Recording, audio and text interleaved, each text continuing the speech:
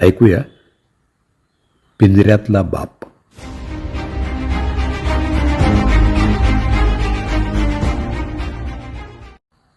प्रत्येक बापाची थोड्याफार फरकानं घरात साधारण हीच परिस्थिती असते. वाढलेलं वय, मानसिक ताण सहन होत नसतानाही त्या आरोपांसाठी सामोरं जावं. तुम्ही आमच्यासाठी काय करून ठेवलं, हा एक सर्वसाधारण आरोप असतो आणि तो सगळ्याच बापांच्या विरुद्ध केला जातो. काय केलं याची यादी जर एखादा बाप चुकून माकून द्यायला लागलाच तर त्यात वेगळं काय केलं तुम्ही, ते तर सगळेच बाप करतात, असं टोकलं जातं आणि सगळी सफाई देण्यापूर्वीच संपवलेली असते. तुम्ही आम्हाला प्रोत्साहनच दिलं नाही, असा आणखी एक आरोप असतो. प्रोत्साहन द्यायचं म्हणजे काय करायचं? मुलांना जसा परफॉर्मन्स दाखवला असेल त्यानुसार त्यांना आपलं करिअर निवडलेलं असतं. अगदी इंजिनियर जरी झाला तरी मुलगा असा आरोप करतोच. त्यावेळी विचारच करत नाही की बापाने इंजिनिअरिंगची फी भरताना किती ओढाताण करून घेतली होती. तुम्हाला दूरदृष्टीच नाही.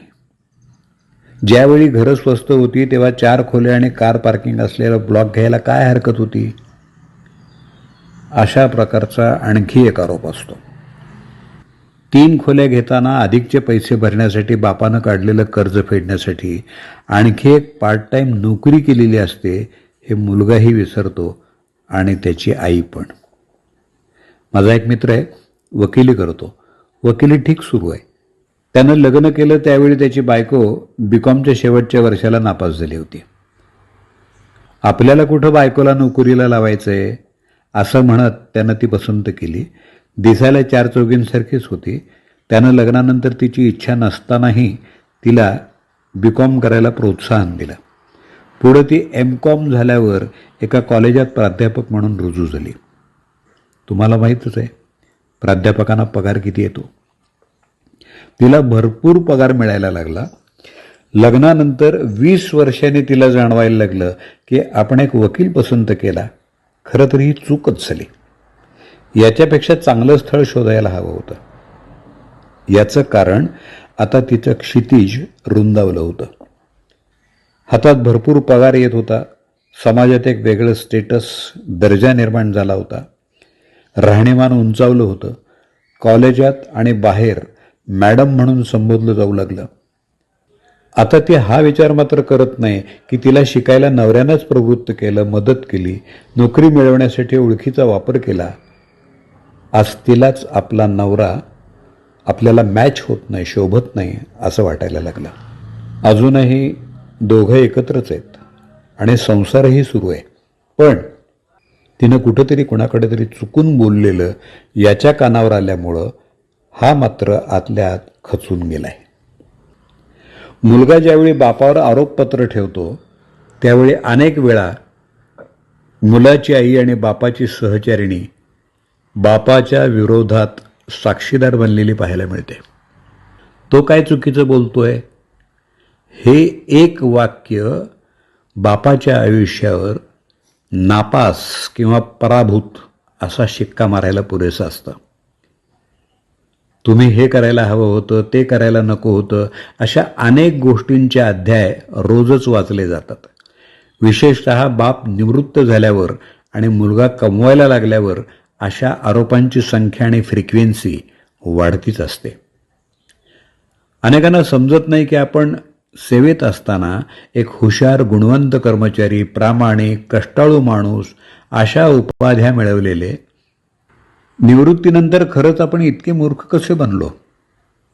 जे आपलं कर्तव्य आहे असं आपण समजत होतो आणि जे करण्यासाठी आपण आपल्यावरच अन्याय करत होतो ते आपले गुन्हे कसे बनले? याचं सगळ्यात महत्त्वाचं आणि एकमेव कारण म्हणजे आता बापावरचं अवलंबित्व संपलेलं असतं, मुलांचं आणि बायकोचंही. आता तिला तिचा मुलगा आधार द्यायला सिद्ध झालेला असतो.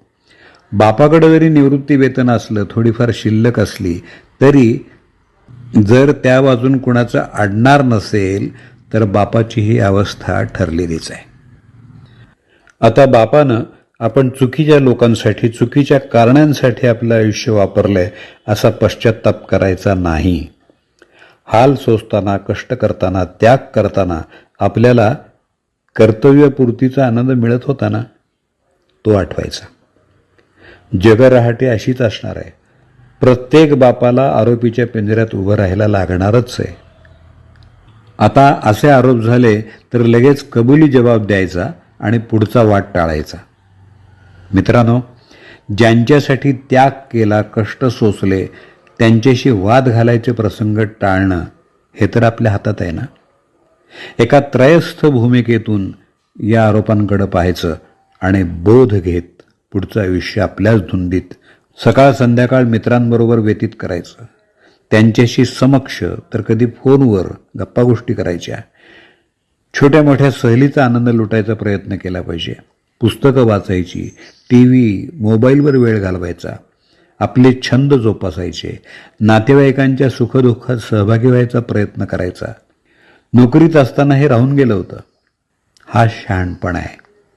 मित्रांनो, शेवटी आपल्या नजरेसमोर दिसेल असं एक वाक्य लिहून ठेवायचं आहे.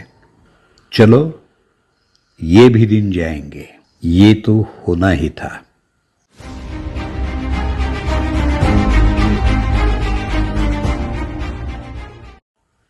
माझ्या सर्व मित्रांनो, आपल्याला हे पिंजऱ्यातलं जीवन तितकंच आनंदात जगायचं आहे. जमेल, नक्की जमेल. पहा, प्रयत्न करून पहा. पिंजऱ्यातला बाप.